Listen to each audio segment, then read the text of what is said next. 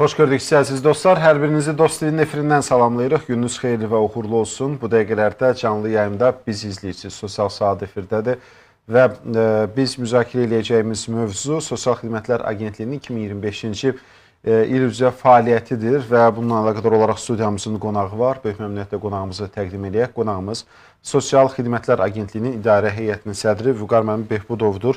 Xoş gəlmisiniz Vüqar müəllim. Sağ olun, xoş gəldiniz. Və ötüb keçdi artıq 2025-ci il, amma istərdik ki, bir agentliyin fəaliyyətinə toxunaq. Bu müddət ərzində xüsusən də şəhid ailələri və müharibə ilə əlaqədar əlilliyi olan şəxslərə sosial təminat sahəsində göstərilən xidmətlərdən və dəstəklərdən danışaq. Çox sağ olun. Bildiyiniz kimi hazırda ölkəmizdə sosial müdafiə sisteminin mühüm komponentlərindən biri də sosial xidmətlərdir. Cənab Prezident İlham Əliyevin müvafiq tapşırıqlarına əsasən xüsusi qayğıya ehtiyacı olan şəxslərə həm onların sosial müdafiəsi təminatının gücləndirilməsi ilə bağlı, həm sosial ödənişlərin daim artırılmasına bağlı müvafiq tapşırıqlar olur və bu tapşırıqlar sosial xidmət sahəsində aiddir. Yəni sosial xidmət sahəsində əhaliyə göstərilən xidmətlər mütəmadi artırılır. Sosial Xidmətlər Agentliyi 6 ilə yaxındır ki, fəaliyyət göstərir. Bu müddət ərzində sosial xidməti ehtiyacı olan şəxslərə xidmətlər göstərilir. Onların sosial rifahının yaxşılaşdırılması, sosial təminatının gücləndirilməsi, övladlığa götürmə və digər xidmətlərdir. Bu stasionar, yarım stasionar xidmətlərdir. Qeyd etdiyimiz ki, əsas göstərdiyimiz xidmətlərdəncə bilirsiniz, zəfərlə bitən Vətən müharibəsindən sonra müharibə ilə əlaqədar əlilliyi olan şəxslərə, şəhid ailələrinə mənzil təminatıdır. Bu sahədə Cənab Prezidentin müvafiq sərəncamına əsasən biz fəaliyyət göstəririk və post-müharibə dövründə 7000-dən çox bu kateqoriyadan şəxslərə mənzillər və fərdi evlər verilmişdir. Bu proqram davam etdirilir və ümumiyyətlə bu günə kimi 16.000-dən çox həmin kateqoriyada olan şəxslərə mənzillər verilmişdir və müharibə ilə əlaqədar əlilliyi olan şəxslərə avtomobil təminatı həyata keçirilir. Bu günə kimi 7000-dən çox şəxsə mənzil avtomobillər verilmişdir. Post-müharibə dövründə isə bu 567 şəxsdir ki, onlar avtomobillər təmin olunmuşdur. Bəli. Amma istərdik digər bir məsələyə toxunaq. Əslində imtiyazlı şəxslərin sanatoriya kurort yollayışları da kifayət qədər aktual bir mövzudur və bu müddət ərzində də şəhid ailə üzvləri üçün vəsiqə ilə təminat sahəsində də statistik göstəricilərlə bizi tanış edərdiniz. Müvafiq Nazirlər Kabinetinin müvafiq qərarına əsasən Sosial Xidmətlər Agentliyi tərəfindən şəhid ailələri, əlilliyi olan şəxslər, Çernobıl ailəsində qəzanın nəticəsi aradan qaldırılması zamanı əlil olan şəxslərə sanatoriya kurort putyovkaları verilir və ötən il ərzində 1619 imtiyazlı şəxsə sanatoriya kurort putyovkası verilmişdir və qeyd etdiyiniz kimi agentlik tərəfindən şəhid ailələrinə şəhid ailə üzv vəsiqələri verilir. Bu 2025-ci ildə 2092 şəxsə şəhid ailəsi üzvü vəsiqəsi verilmişdir. Ümumiyyətlə bu dövrlərdə 10.000-dən çox adama şəhid ailəsi vəsiqəsi verilmişdir. Yer gəlmişkən, soruşurlar sanatoriya kurorta göndərişlərlə bağlı məsələlər əslində kifayət qədər qeyd edeyim ki, aktual bir mövzudur əziz izləyicilərimiz və siz də bu mövzuyla bağlı şərhləriniz, ümumiyyətlə agentliyin fəaliyyəti ilə bağlı hər hansı bir fikriniz varsa bizimlə bölüşməyi də unutmursunuz. Proses fasiləsiz olaraq davam edirmi soruşurlar? Bəli, proses davam etdirilir. Bu ilin əvvəlindən artıq müvafiq sanatoriyalarla agentliyin müqaviləsi bağlanılıb. Bilirsiniz, bu proses də elektronlaşıb və vətəndaşlar öz növbələri barədə məlumatları var və növbəlik qaydasında hər birinə sanatoriya kurort putyovkası veriləcək və fikirləşirəm artıq bu ilin əvvəlindən yaxın vaxtlarda vətəndaşlar bu imtiyazdan istifadə edə biləcək. Amma bu bildiyimiz kimi növbəlik qaydasındadır və bu proses yəni elektronlaşıb və hər bir adam öz növbəsini görə bilir, bilə bilir, məlumatı ola bilir. Yəni ötən ildən qalan belə deyək, istəyən vətəndaş tutaq ki, ötən gəlib demişdi ki, mən bu ayın martında bu orada mart olmur. Orada necədir? Vətəndaş müraciət eləyir, müvafiq bizim Nazirliyin digər qurum tərəfindən o qərar verilir ki, hansı sanatoriyaya gedilməlidir və artıq növbəyə elektron bizə bu barədə məlumat gəlir ki, hansı vətəndaşlar hansı sanatoriyaya getməlidir və biz də həmin sanatoriyalar müqavilələrimiz olduğu təqdirdə vətəndaşlara təqdim edirik və qeyd etdiyim kimi artıq müqavilələrimiz var. Yaxın vaxtlarda mütəmadi vətəndaşlar getdiyi sanatoriyalarla bağlı artıq yenə də gedəcək biləcəklər. Yəni proses davamlı xarakter alır. Digər bir sual isə qaydalarda hər hansı bir dəyişiklik varmı elə sanatoriya kurortda yoxsa eyni? Xeyr, eyni bir dəyişiklik yoxdur. Sadəcə bu biz Sosial Xidmətlər Agentliyi tərəfindən qeyd etdiyim imtiyazlı kateqoriyalar, onlar təmin olunur ki, həm şəhid ailələr, həm əlilliyi olan şəxslər, onlar işləmirlər. İşləyən şəxslər Agentlik tərəfindən Sosial Xidmətlər Agentliyi tərəfindən sanitar sertifikasiya ilə təmin olunurlar. Bəli.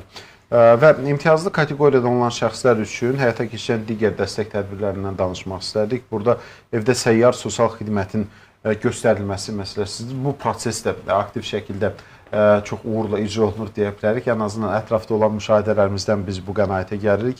Vətəndaşlar dəfələrlə əməkdaşlarımız olub bizim studiyamızda qonaq və bu məsələdə müzakirə olunub. Bu istiqamətdə bir yenilikmi, təkmilləşdirməmi, bu xidmətin yararlanmaq üçün vətəndaşlarımız hara, necə müraciət etsinlər? Ümumiyyətlə, evdə səyyar sosial xidmət bu əmək qabiliyyətli qohumları ilə birgə yaşamayan, ahıl, özünə qulluq qabiliyyəti olmayan şəxslərə bu xidmətlər göstərilir. Bu xidmətlərin göstərilməsi ilə bağlı vətəndaş həm Sosial Xidmətlər Agentliyinə, həm Nazirliyin qaynar xəttinə müraciət edə bilər. Bununla yanaşı biz özümüz də ərazi üzrə şəxslərin qiymətləndirməsini aparırıq. Yəni bu şəxslərlə bağlı digər təşkilatlar da bizə müraciət edə bilər. Bu xidmətə götürülməklə bağlı özümüz də qeyd etdiyim kimi əməkdaşlarımız aidiyyəti üzrə qiymətləndirmə aparılır və bu şəxsləri xidmət göstərə bilirik. Ötən il ərzində 3595 belə bir şəxsə evdə sosial məişət xidməti göstərilib. Bu xidmətlər həm sosial xidmətçilər və həm də sosial işçilərimiz tərəfindən göstərilir. Sosial məişət xidməti onun vətəndaşın belə deyək, təsərrüfatında ona dəstək tədbirlərinin həyata keçirilməsidir, evinin təmizlənməsi və digər xidmətlər, həmçinin onun lazım olan, yəni bazarlığın edilməsi, müəyyən köməklik göstərilməsidir. Bununla yanaşı sosial işçilərimiz tərəfindən sosial hüquqi xidmətlər də göstərilir. Ötən il ərzində 369 şəxsə sosial hüquqi xidmətlər göstərilmişdir. Və qeyd edeyim ki, əziz izləyicilərimiz, bax bu xidmətlərdən yararlanmaq üçün, bu ümumiyyətlə Sosial Xidmətlər Agentliyinin təklif etdiyi xidmətlərdən yararlanmaq üçün qaydalar var. Bu qaydalarla siz 142 çağrı mərkəzindən tanış ola bilərsiniz. Eyni zamanda Sosial Xidmətlər Agentliyinin qəbul şöbələri var, haradakı DOST mərkəzi xidmət göstərmir. Orada müraciət edib ətraflı məlumatı əldə edə bilərsiniz. Biz danışdıq evdə səyyar xidmətdən 3500-dən çox şəxsə bu ahıl şəxslərdir və belə deyək, eyni yaşayış məntəqəsində onu saxlamağa borclu olan ailə üzvləri birgə yaşamır. Yəni tək yaşayırsa bunlara biz xidmət göstəririk.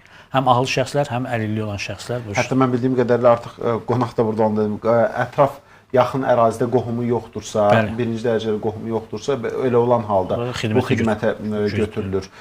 Bu sadəcə bir dəfə xidmət deyil, yaxud da bir ildə deyil. O Nazirlər Kabinetinin müvafiq qərarı iləndir. Vətəndaş hansı xidmətlər göstərilməlidir, gündə neçə saat, hansı xidmətlər göstərilməlidir, hər vətəndaşa uyğun olaraq qiymətləndirilir və bu, belə deyək də, vətəndaş xidmətə götürülür və bu xidmət göstərilir ta ki, vətəndaşın bu xidmətə ehtiyacı olmadığına kimi bu xidmət göstərilir. Yəni bu bir dəfə deyil. Yəni bir illik deyil və ya da daimi götürülür. İstisna hallar ki, hansısa məsələn vətəndaş köçə bilər və yaxud hansısa bir qohumu ilə artıq bir yerdə yaşaya bilər və bu hallarda artıq xidmətdən çıxarıla bilər. Xidmət dayandırılmış olur. Vüqar müəllim, bu cür beynəlxalq xidmətlərin göstərilməsində beynəlxalq standartların tətbiq olunması, araşdırılması aparılırmı xidmətin təkmilləşməsi ilə bağlı, keyfiyyətlə bağlı, yoxsa lokal olaraq belə deyək, spesifik xüsusiyyətlər də nəzərə alınır? Çünki bizim özümüzün bir dəyərləri var, məsələyə bir münasibətimiz var. Belə olan halda necə olur? Ümumiyyətlə, agentlik həm göstərdiyi xidmətlərin keyfiyyətinin, kəmiyyətinin artırılması ilə bağlı həm beynəlxalq təcrübəni öyrənir və qeyd etdiyiniz kimi beynəlxalq təcrübəni öyrənməklə yanaşı onu belə deyək, burada tətbiqi ilə bağlı adət ənənəmiz də nəzərə alınmaqla və qanunvericiliyə müvafiq mütəmadi dəyişikliklər olunur. Yəni agentlik əsas yaranmasında məqsəd də o idi ki, vətəndaşa göstərilən xidmətlərin keyfiyyətinin, kəmiyyətinin artırılması, yəni sosial xidmət elədir ki, daim yeni hansısa bir xidmət göstərməlisən və vətəndaşın rifahının yaxşılaşdırılması ilə bağlı ona mütəmadi xidmətlər göstərilmir. Bu istiqamətdə qeyd etdiyim kimi həm təcrübə öyrənilir, həm və bunu tətbiq olunmağa çalışılır ki, evdə səyyar xidmət üzərində niyə görə fokuslanım? Çünki vətəndaşların da bəzi sualları var, onları ümumiləşdirilmiş şəkildə soruşacağıq. Hər hansı bir xidmətdən narazı qalan vətəndaşımız olsun və yaxud da bu xidməti kənar bir şəxs bunu belə qərara gəlir ki, bu xidmət doğru və düzgün göstərilir. Belə olan halda nə etməlidir? Hansı tədbirləriniz var? Araşdırma tədbirləri olsun, tənzimləyici tədbirlər hansılardır? Ümumiyyətlə göstərilən xidmətin keyfiyyətinin yaxşı göstərilməsi ilə bağlı mütəmadi özümüzün monitorinqləri həyata keçirilir, yəni xidmətlərin keyfiyyəti ilə bağlı. Amma vətəndaş özü də əgər nədənsə narazıdırsa, o bizim Sosial Xidmətlər Agentliyinə müraciət eləyə bilər, Nazirliyin qaynar xəttinə müraciət eləyə bilər ki, biz bu müraciət əsasında da qiymətlənirik, amma məmnunluğun ölçülməsi və göstərilən xidmətin keyfiyyəti ilə bağlı özümüz də xidmət göstərdiyimiz şəxslərlə bağlı monitorinqlər aparırıq və göstərilən xidmətin qiymətləndirilməsini həyata keçiririk. Yəni zaten onsuz da agentlik özü də maraqlıdır ki, mən belə başa düşdüm ki, hər hansı bir xidmətdə keyfiyyət yüksəlsin. Bəli. Orada bir narazılıq varsa, o bildirilməlidir, aşkarlanmalıdır və bununla bağlı xüsusi tədbirlər qeyd görülür. etdiyim kimi bizim agentlik, yəni 2700-dən çox əməkdaşımız var, ondan göstərdiyi xidmət daim həm əməkdaşların da göstərdiyi xidmətlə bağlı onları biz təlimlərə cəlb edirik və s. ki, onlar daim yaxşı xidmət göstərə bilsinlər, amma yenə də daim monitorinq olunur və vətəndaşın hər hansı bir müraciəti varsa biz eləyə bilərik. Həssas yanaşılır. Agentlik tərəfindən göstərilən stasionar xidmətlər hansılardır və agentliyin tabeliyində olan 21 müəssisədə hansı fəaliyyət həyata keçirilir?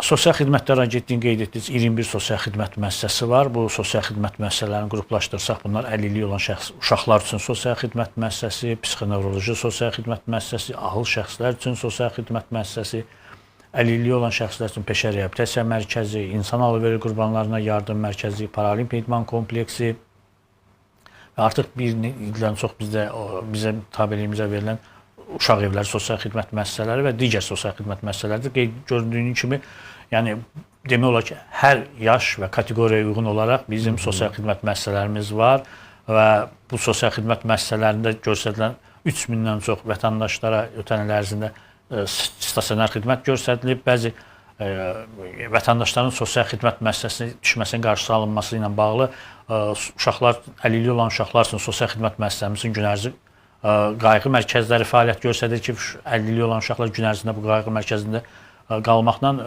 günün sonunda evinə qayıtsınlar və uşaqlar müəssisələrə düşməsinlər və bu müəssisələrdə də daim göstərilən xidmətin keyfiyyəti və kəmiyyəti qiymətləndirilir və daim yeni xidmətlər göstərilməyə çalışır, yeni üsullarla bağlı və onların, uşaqların və böyüklərin müəssisədə yaşayan şəraitin yaxşılaşdırılması ilə bağlı daim sosial xidmət müəssisələrimizin təminatının gücləndirilməsi ilə bağlı tədbirlər həyata keçirilir. Uşaq evləri ilə bağlı daha həssas yanaşma ilə bağlı bildirmək istəyirəm ki, artıq bir saylı uşaq evimizdə yeni ailə qayğı modelinə keçidlə bağlı olan müəssisənin artıq təmir işlərinə başlanılıb və daha modern bir xidmət göstərməyə çalışacağıq. Aydındır. Vüqar müəllim, yer gəlmişkən bu əlilliyi olan uşaqların valideynləri də çox böyük ehtimal ki, bizə yazanlar. Onlar rayonlarda və bölgələrdə müxtəlif qayğı mərkəzlərinin olduğunu bildirirdilər. Lakin onlar zaman-zaman həm fəaliyyət göstərir, amma bir neçə ildən sonra göstərmir deyirlər. Söhbət hansı qayğı mərkəzlərindən gedir və ümumiyyətlə bu işlər necə tənzimlənir? Agentlik qeyd etdiyim kimi 2700 əməkdaşı var bu xidmətlər göstərilməsi ilə bağlı, amma daha çox xidmət göstərilməsi ilə bağlı bizim sosial sifarişlərlə ixtisaslaşmış təşkilatlar da bu xidməti bizə göstərirlər və biz gün ərzi qayğı yazırıq. Bəli, gün ərzi qayğı mərkəzi biz ilin əvvəllər olur. Ona görə müəyyən burada fasilə yarana bilər. Fasilələr ola bilər və qeyd edək ki, bu 21 müəssisədə siz onları qruplaşdırdınız. Demək olar ki, hər bir yaş kateqoriyasını əhatə edən xidmət göstərən müəssisələr var. Bu müəssisələrin özündə belə kənar müşahidəçi deməyək, amma bir vətəndaşın ailə üzvlərindən biri olsun, yaxınları olsun, bu məsələ ilə çox yaxından tanış olmaq istəyən insanlar üçün nə qədər açıqdır həminki müəssisələr, nə qədər orada prosesdə iştirak edə bilər? Ümumiyyətlə, qanunvericilik bu sahədə nə deyir? Yəni, prosesə vətəndaş kənardan bir dəstəyi ola bilərmi, yoxsa necə?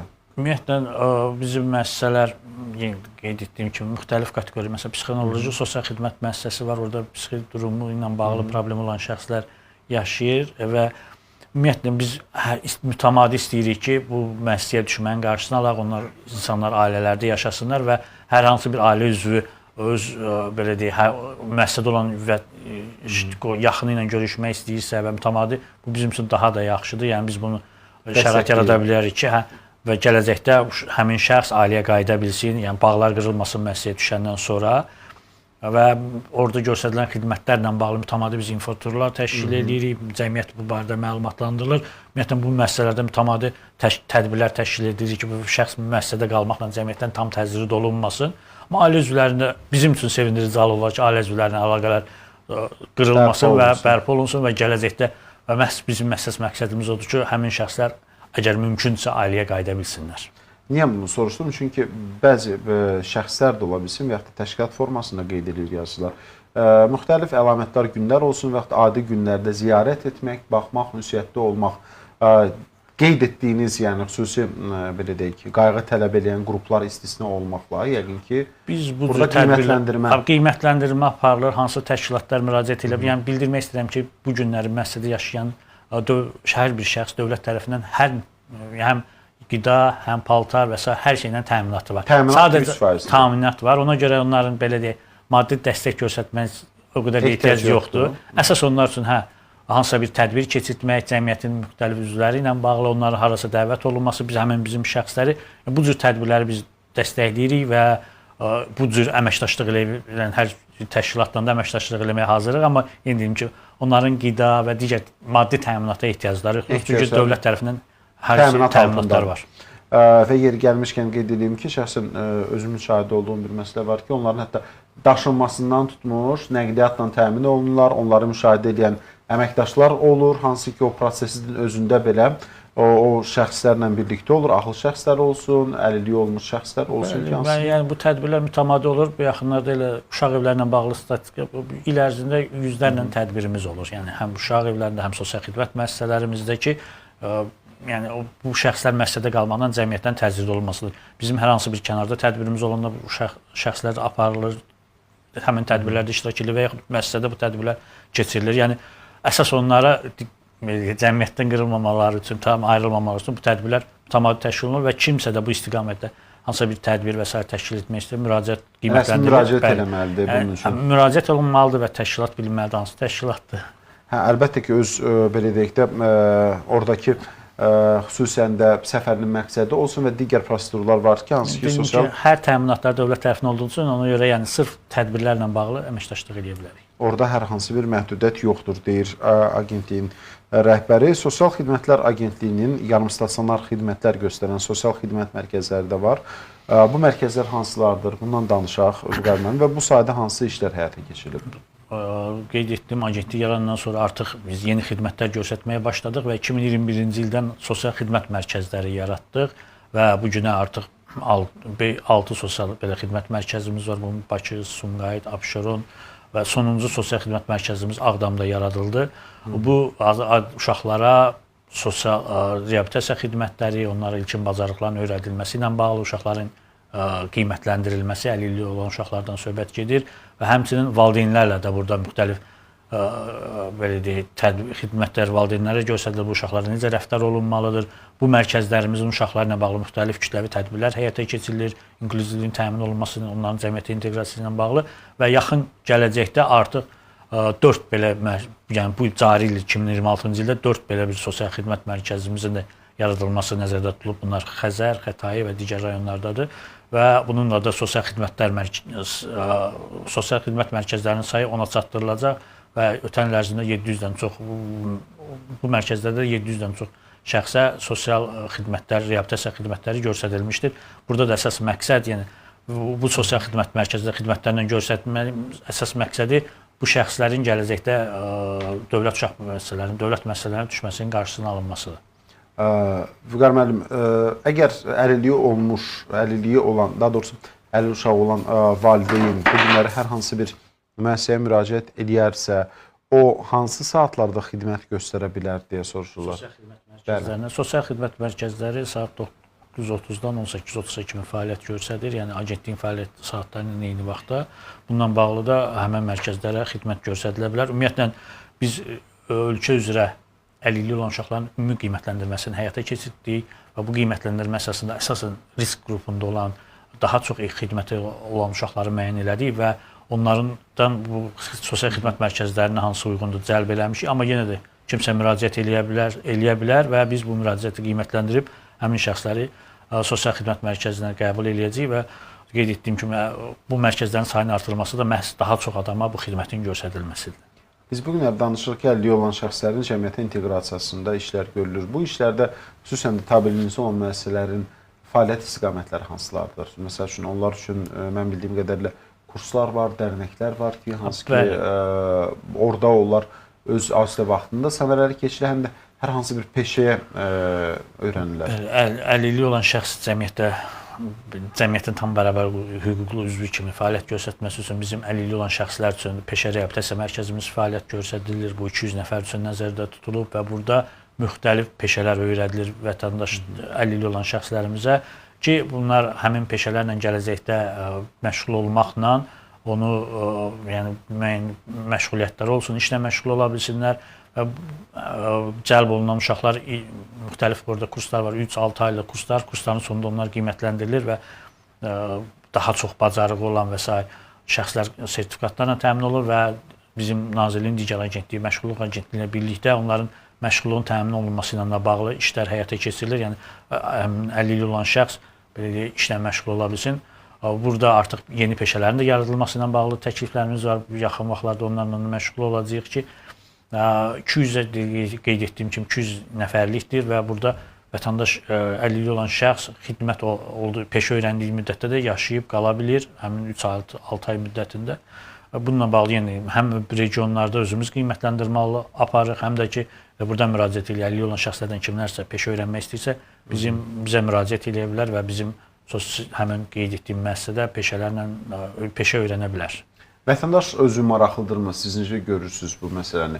Yəni tələbat varmı? Tutaq ki, 200 nəfərlikdir, növbəti il üçün, növbəti illər üçün plan varmı ki, bu 300 nəfər olsun? Hələ ki 200 nəfərliklə bu xidməti göstərə bilirik. Gələcəkdə biz bunların regionda belə deyək, filialını açmaq istəyirik ki, ola bilər kimlərsə.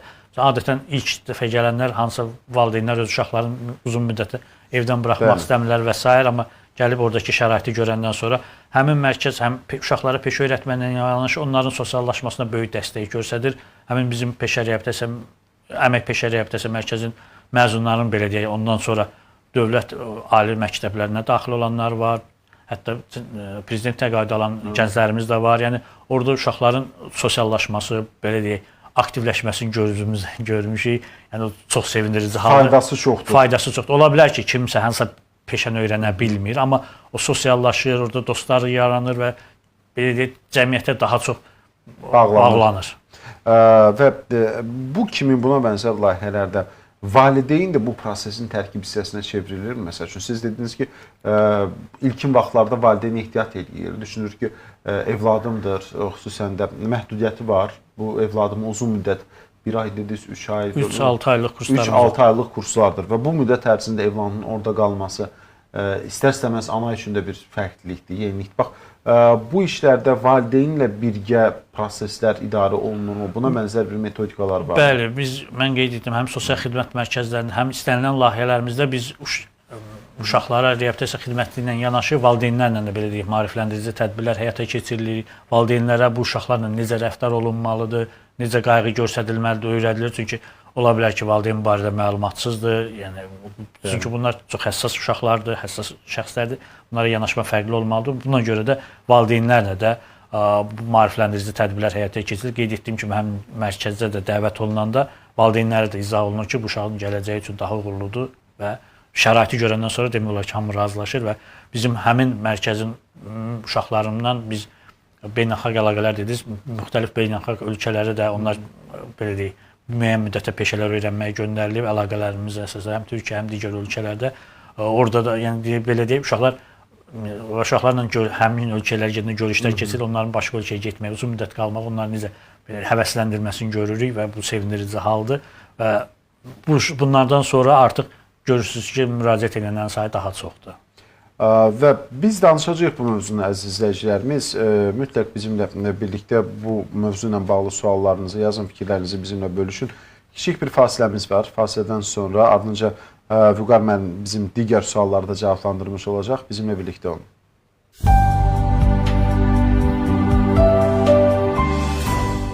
Əmək və Əhalinin Sosial Müdafiəsi Nazirliyinin tabeliyində Sosial Xidmətlər Agentliyi, sosial xidmətə ehtiyacı olan şəxslərin sosial müdafiəsi və rifahının yaxşılaşdırılması, habelə övladlığa götürmə və himayədar ailə ilə bağlı dövlət siyasətinin və tənzimləmənin həyata keçirilməsi sahəsində fəaliyyət göstərir. Agentlik bütün ölkəni əhatə edən 12 filialı və 21 müəssisəsi ilə bütün yaş kateqoriyalarından olan əhaliyə səyyar, stasionar və yarım stasionar xidmətlər göstərir.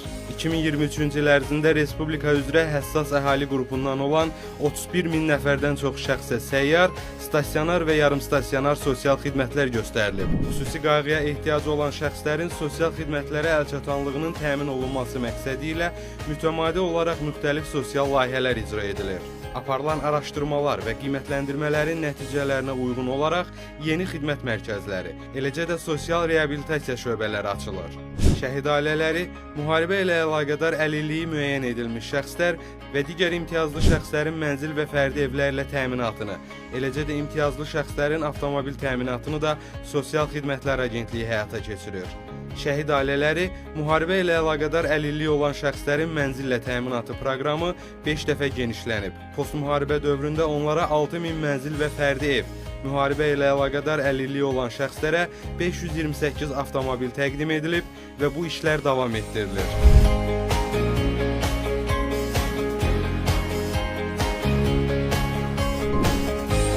1 noyabr 2019-cu il tarixdən bu günədək agentlik tərəfindən 550 uşaq övladlığa verilib. Onlardan 273-ü qız, 277-si oğlandı. Valideynlərini itirmiş, valideyn himayəsindən məhrum olmuş, valideynləri tərəfindən müəssisəyə qoyulmuş uşaqların qısa və ya uzun müddət ərzində dövlət nəzarəti altında ödənişli əsaslarla ailə mühitində böyüməsi və inkişafını nəzərdə tutan himayədar ailə qayğı modeli çərçivəsində 1 noyabr 2023-cü il tarixindən bu günədək 12 uşaq himayədar ailələrə verilib. Agentlik fəaliyyətə başladığı gündən ötən dövr ərzində bütün müəssisələri üzrə 10 minə yaxın şəxsə sosial xidmətlər göstərilib. Agentlik fəaliyyətə başladığı gündən bu günədək 39 minə yaxın tənha ahıl və əlilliyi olan şəxsə evlərində səyyar sosial məişət xidmətləri göstərilib. Sosial Xidmətlər Agentliyi TÜV Avstriya sertifikatlaşdırma şirkəti tərəfindən 3 ISO sertifikatına layiq görülüb. Agentlik tərəfindən həssas əhali qruplarından olan şəxslər üçün hazırlanan bir neçə mobil tətbiq, Milli İnternet mükafatı Millinet 2023-ün təqdim etmə mərasimində milli mükafatlara layiq görülüb. Əmək müqaviləsi bağlamadan işləmək işçini layiqli əmək və sosial təminat hüquqlarından məhrum edir. Yeni rəqəmsal platformalar əmək müqaviləsinin bağlanması prosesini daha çevik və vətəndaşlar üçün əlçatan edir. İşçi və işə götürənlər arasında əmək müqavilələri əmək və məşğulluq alt sistemi platformasında elektron qaydada imzalanır. Bu proseslər Sima imza, Asan imza və elektron imza vasitəsilə həyata keçirilir. Eyni zamanda e-sosial portalının mobil tətbiqinə əlavə olunmuş yeni funksiya sizə bir kliklə əmək müqaviləsini imzalamağa imkan verir. Necə? İşə götürən tərəfindən təsdiq üçün təqdim edilən əmək müqaviləsi vətəndaşın e-sosial mobil tətbiqində əmək müqaviləsinin imzalanması bölməsində əks olunur. İşə qəbul olunmuş şəxs bu müqaviləni Sima rəqəmsal imza və ya Asan imza vasitəsilə rahat şəkildə imzalaya bilir. İşə götürənlərin diqqətinə. Əmək müqavilələrinin elektron sənəd formasına keçirilməsinin son müddəti iri, orta, kiçik və mikro sahibkarlıq subyekti olan, habelə sahibkarlıq subyekti olmayan işə götürənlər üçün 2025-ci il 1 iyul, ailə kəndli təsərrüfatları və ailə müəssisələrinin işə götürənləri üçün isə 2026-cı il 1 yanvardır. Əlavə məlumat üçün 142 çağrı mərkəzinə müraciət edə bilərsiniz. Əmək müqaviləsi ilə sosial hüquqlarımızı birlikdə qoruyaq.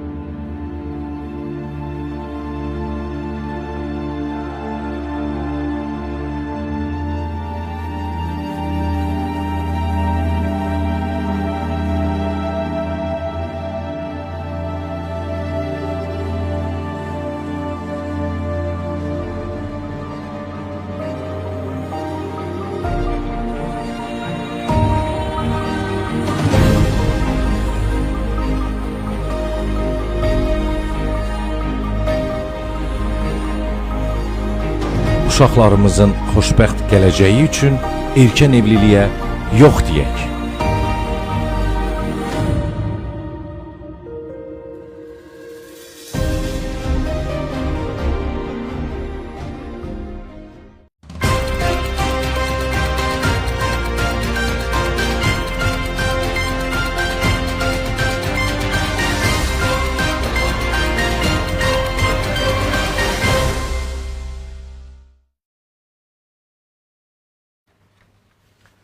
Bir daha xoş gördük. Sosial saatdasınız və verilişimiz canlı yayımlanır əziz izləyicilər. Biz danışırıq Sosial Xidmətlər Agentliyinin 2025-ci il ərzində gördüyü işlərdən və bizim studiyamızın qonağı Sosial Xidmətlər Agentliyinin idarə heyətinin sədri Vüqar Behbudovdur bizimlə birlikdədir.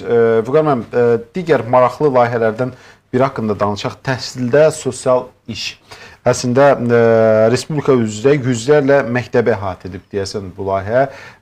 Nəticə necədir? Gözləniləndirmi, yoxsa biraz bu layihə barədə ətraflı məlumat xahiş edəcəyik? Təhsildə sosial iş layihəsi, yəni bu uşaqlara, həm uşaqlara, məktəblərə, həm də onların ailələrinə sosial xidmətlər göstərilir və burada əsas məqsəd uşaqların sosial müdafiəsinin gücləndirilməsi, onlara qarşı pis rəftar və digər halların qarşısının alınması, onların müxtəlif sosial layihələr barədə məlumatlandırılması məqsədi daşıyır. Həmçinin bu ailələrə səfərlər nəzərdə tutulub. Ötən il ərzində 400-ü yeni olmaqla 685 məktəbə əməkdaşlarımız tərəfindən səfərlər olunub. Ümumiyyətlə, bu layihə çərçivəsində 1100-dən çox məktəbə səfərlərimiz olub. 1400 risk qrupunda olan uşaq qiymətləndirilib. Onların müxtəlif sosial xidmətlər göstərilməsi, sosial xidmətlərə yönləndirilməsi həyata keçirilib. Həmçinin ailələrlə bu işlər həyata keçirilib və o uşaqların içində ehtiyacı olan müəyyən uşaqlar bizim digər sosial xidmət müəssisələrimizə yerləşdirilib. Yəni qeyd etdiyimiz kimi əsas burada uşaqların dərsə davamiyyətindən digər problemlərin həllinə köməklik göstərilib. Uşaqların dərsə davamiyyəti bərpa olunub və əsas qiymətləndirmə aparmaqla belə deyək, risk qrupunda olan uşaqları müəyyən etmək və onlara vaxtında xidmət göstərmək ki, onların gələcəkdə hansısa problemlə üzləşməsinin qarşısının alınmasıdır. Və qeyd etdiyim kimi minlərlə uşaq bu sahədə qiymətləndirilib. Fikirləşirik ki, yəni bu uşaqlar 1400-dən çox risk qrupunda olan uşaq müəyyən edilib və onların da həm təhsildən yayınmamasının qarşısı alınıb, həmçinin ailənin sosial müdafiəsinin gücləndirilməsi ilə bağlı. Ailələrlə hansı ki müəyyənləşmiş şəxslərlə ayrıca iş qurulubmu? Bəli, hər biri ilə bağlı ayrı iş qurulur və qeyd etdiyim ki, ailələrə səfərlər olunur. Ailənin problemi ilə bağlı onlarla həm psixoloqlarımız işləyir, həm elə uşaqlar olur ki, onlara loqoped xidmətləri göstərilməsi ehtiyacı olub, o xidmətləri göstərmişik və həmçinin ailənin sosial müdafiəsi ilə bağlı, gücləndirilməsi ilə bağlı onun Nazirliyin digər qurumların əlaqələndirilməsi, onlara sosial hüquqi xidmətin göstərilməsi, istiqamət verilməsi ilə bağlı tədbirlər həyata keçirilmişdir. Yəni uşağın probleminin həlli ilə bağlı kompleks tədbirlər həyata keçirilir.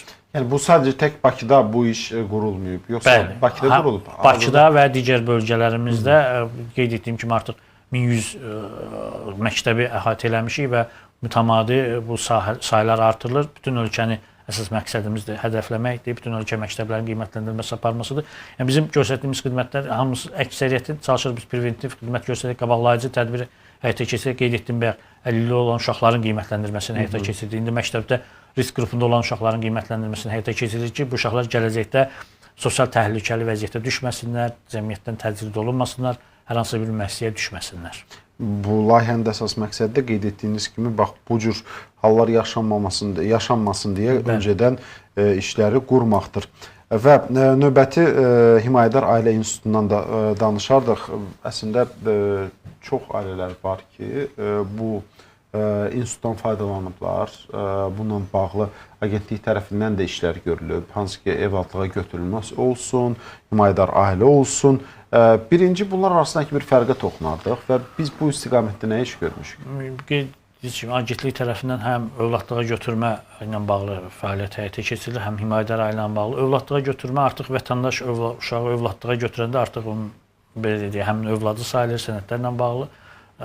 Yəni bu artıq ailənin üzvü sayılır. Amma himayədar ailə bizim dövlət tərəfindən uşaq həmin ailəyə verilir və uşaq həmin ailədə böyüyür və bunun müqabilində himayədar ailəyə dövlət tərəfindən ödənişlər həyata keçirilir. Yəni belə deyək, uşaq müəssisədə yox, ailə himayəsində yaşayır. Ailə mühitində olur. Ailə mühitində yaşayır. Yəni bizim əsas məqsədimiz bu həm övladlığa götürmə, həm gatekeeping, həm himayədar ailə, uşaqlar ailə mühitində yaşasınlar, uşaqlara ailə şəraiti yaradılsın və himayədar ailə daha ötən il 40 uşaq himayədar ailəyə verilib.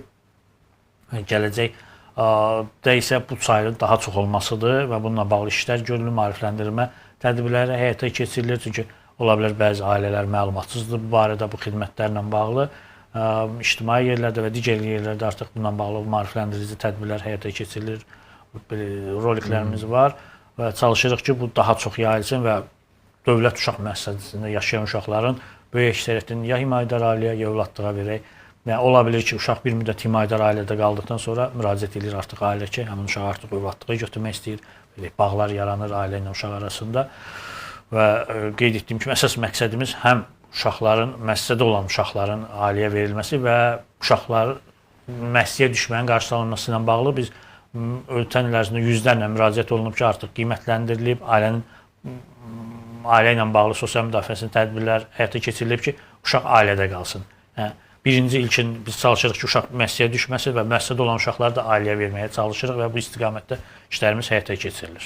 Himayədar ailələrə verilən uşaqlar hər iki valideynini itirmiş uşaqlar mı olur, yoxsa hər iki valideynin tərəfindən tərk olunur? Mən bir başa düşdüm ki, soruşmaq istəyir ki, valideynlərini əlaqəsi qalırmı, yoxsa yox? Ola bilər ki, valideynləri var, müəyyən səbəblərdə ona baxa bilmirlər. Yəni, bu himayədar ailəyə müqavilə ilə verilir, müddətli verilir və ola bilər ki, valideynləri də var, amma müəssisədə yaşayır və bu müəssisədə yaşadığı müddətdə himayədar ailəyə verilir. Yəni, bunun üçün valideynin də hər hansı bir razılığına ehtiyac yoxdur. Yəni, əgər bu müəssisədə uşaq yaşayırsa, belə olan halda himayədar ailəyə verilə bilər. Amma bununla bağlı biz çalışırıq ki, həmin bioloji valideynlərin tapılması və onun uşağın yenidən bioloji ailəyə qayıtması təmin olsun. Yox, təmin olunmayan təqdirdə artıq çalışırıq ki, ya övladlığa verilsin, ya himayədar ailəyə verilsin. Aydındır. Yəni, uşağın belə deyək, qəyyumu qeyd etdiyimiz müəssisə olduğu üçün bu rahat bir şəkildə tənzimlənmiş. 2025-ci ildə 149 uşaq övladlığa verilib. Ümumiyyətlə 2019-cu ildən agentlik tərəfindən bu xidmətlər göstərilir. 800-dən çox uşaq övladlığa verilib. Qeyd etdiyim kimi 2025-ci ildə 40 uşaq isə himayədar ailəyə verilib. Bu il üçün daha çox uşağın himayədar ailəyə verilməsi nəzərdə tutulub. Burada yaş qrupu varmı, kateqoriya varmı, yoxsa burada uşaqlardan söhbət gedir. Bu 18 yaşınadək olan uşaqlardan söhbət gedir ki, hansı uşaqlar ki, himayədar ailəyə və övladlığa verilə bilər. Verilə bilər. Davam edirik. Bu qaydalar və qanunlarda dəyişiklik nəzərdə tutulubmu, deyilmi? Söhbət yəqin ki, himayədar ailə və yaxud da övladlığa götürmədən gedir. Ümumiyyətlə, qeyd etdiyim kimi, himayədar ailə yenidir, amma istənilən qanunverici tətbiqindən sonra əgər zərurət olursa, müxtəlif dəyişikliklərə gedilə bilir, amma hələ ki, bununla bağlı mütəmadi həm beynəlxalq təcrübələrlə, həm qanunvericiliyə baxılır. Hələ ki, bu il ərzində belə bir dəyişiklik nəzərdə tutulmuyor. Subay şəxslər övladlığa götürə bilərmi uşağı və yaxud da himayədar ailə ola bilərmi? Bəli, subay şəxslər də götürülə bilər. Onların müəyyən yaşları var ki, bu yaşlara müraciət edə bilər. Ümumiyyətlə, həm övladlığa götürmə, həm himayədar ailə ilə bağlı bizim elektron sistemimiz var. Vətəndaş ora müraciət edir və bu sistem artıq müvafiq sənədlər tətbiq olunandan sonra qiymətləndirmə aparılır və onlar təlimlərə cəlb olunur, uşaqlarla rəftarla bağlı təlimlərə və imtahan verilir. Bundan sonra artıq həm ya övladlıq, ya himayədar ailəyə, ya övladlığa uşaq verilir, ya himayədar ailəyə uşaq verilir. Və yer gəlmişkən 2013-də, daha doğrusu 25-də 13 subay şəxsdə evladlığa götürülüb, daha doğrusu verilib və əziz izləyicilərimiz digər bir görülmüş işlərdən danışaq. Rəqəmsallaşma istiqamətində işlər necədir? Proses gedirmi?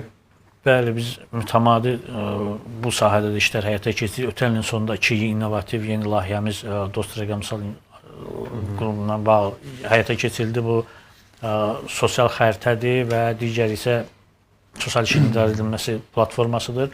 Bu sosial xəritənin əsas məqsədi vahid platformada vətəndaşlara hansı xidmətlər, harda hansı xidmətlər göstərilir məlumatlardır və vətəndaş buradan istifadə etməklə özünə yaxın, özünə uyğun xidməti seçə bilər və o barədə məlumatlar ala bilər. Bu belə deyək, ölkədə sosial iş göstərilən sosial xidmətin vahid bir xəritəsidir.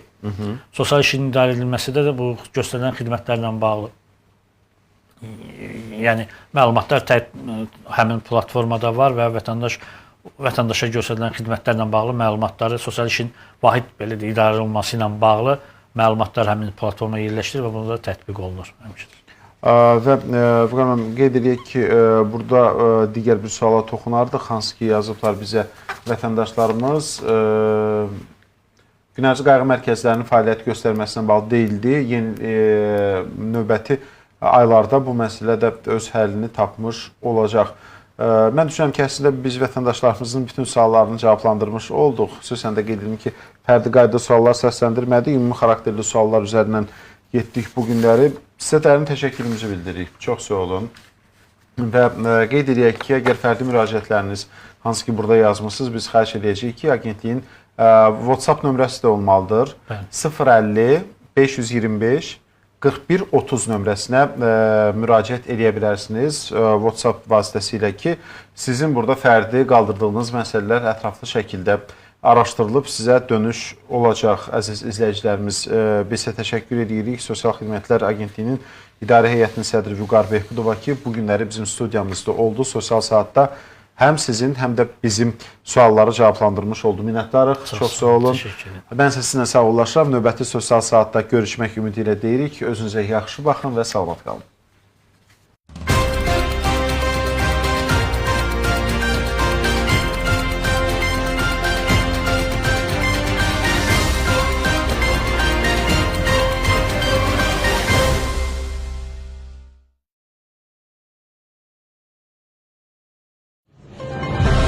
Dost qapısı verilişinə müraciət etmək üçün telefonu horizontal, yəni yana